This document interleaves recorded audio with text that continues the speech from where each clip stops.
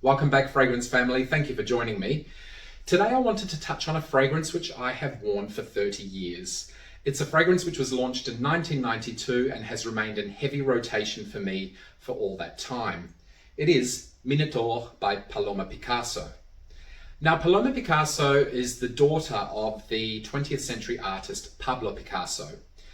In Pablo's work, we saw a big body of his work referencing a Greek mythological character, which was the Minotaure. It was half man, half bull, trapped in a labyrinth.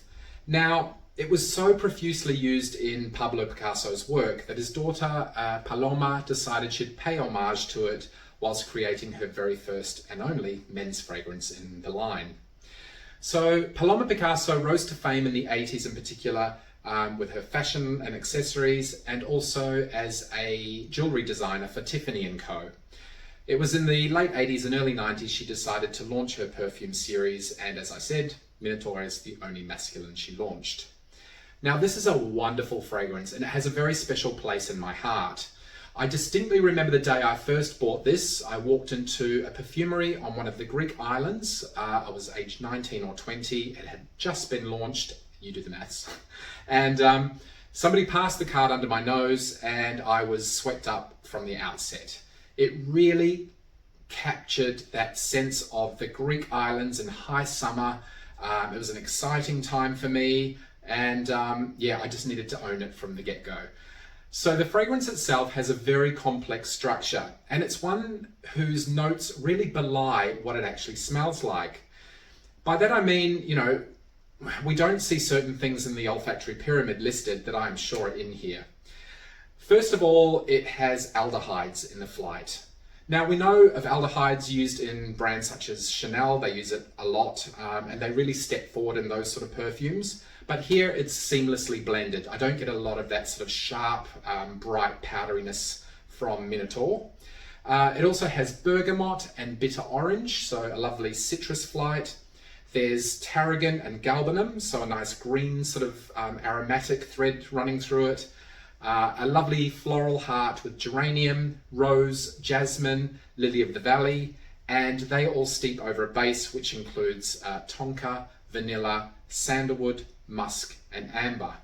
So yeah, we really get a sense of that bitter orange kind of vanillic feel to this fragrance. But what I'm sure is in here that isn't listed anywhere is leather. And I've smelled a lot of leathers over the years. Hermes in particular do wonderful leather accords in their fragrances. And here I sort of get a sense of that napped suede that I've come accustomed to from other fragrances. There's definitely a leather component here, which is spectacular. Minotaure has a wonderful kind of gruff masculine feel to it. Then again, that wouldn't exclude women from wearing it. On my wife, she gets a lot of the floral vanillic notes stepping forward. Myself, I get the citrus, green, and leathery notes stepping forward. So it's a little bit of a shapeshifter in that regard. It's packaged in this beautiful, weighty, brushed glass bottle with the Minotaure logo emblazoned across it. And it really does feel like something you might pick up on a Greek shoreline, perhaps a bit of sea glass that the sea has cast up. Yeah, it's a great fragrance, and I can't recommend it highly enough. Obviously, 30 years of use for me, it does, pull the heartstrings for me. And I think if you haven't explored this fragrance before, I highly recommend you check it out. It does smell very 1990s, but that's not a bad thing, because in some ways, we're seeing the style of fragrances come full circle again. So it is definitely not out of place in this day and age. It can be a little tricky to source, and it has been reformulated over the years. Listen, for me, none of the reformulations have particularly bothered me. This version with the white sprayer here, is relatively new, and it still reminds me of that scent that I sniffed when I stepped into that perfumery back in 1992, 1993 on the Greek islands.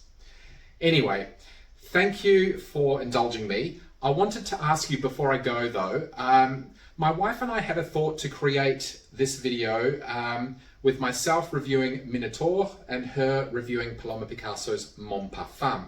That way we'd have a bit of a he said, she said situation going on.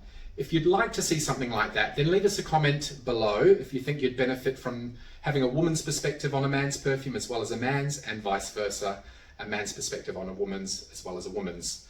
If you're interested in doing that, let us know in the comments below and we can look at doing that for future videos. In the meantime, if you hit share or subscribe, I'd be very grateful and you'll be advised as to when I upload new material. Until then though, look after yourselves and thank you for joining me again. I'll talk to you very soon. See ya.